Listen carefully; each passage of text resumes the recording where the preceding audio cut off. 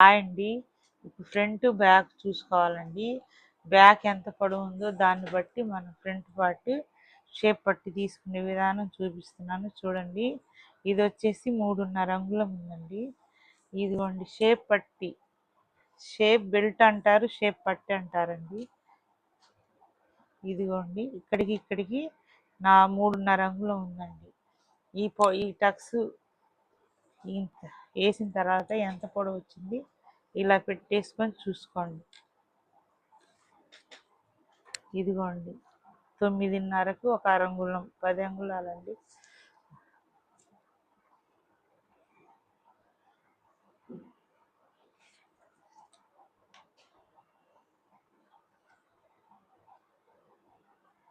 ఇదిగోండి టక్స్ దగ్గర షేప్ పట్టి ఎలా తీస్తారంటే అండి, ఇక్కడ వచ్చేసి 4:15, ఇది సెంటర్ వచ్చేసి 3.5, ఇక్కడ వచ్చేసి 4.5 అండి.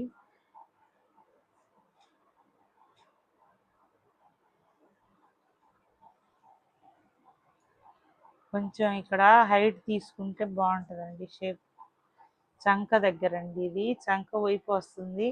ఇది 4.5, ఇది వచ్చేసండి 3.5, ఇది వచ్చేసి 4:15 అండి.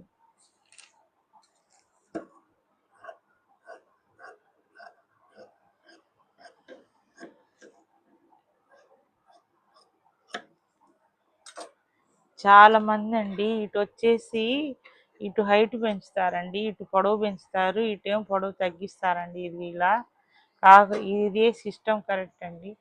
షేప్లు వేసుకున్న తర్వాత ఇదిగోండి కరెక్ట్గా చూసుకోండి. ఇదిగో షేప్ పట్టి కరెక్ట్గా వచ్చిందండి. మెయిన్ క్లాత్ మీద వేసి లైనింగ్ క్లాత్ వేసి కుట్టాలండి. హాయ్.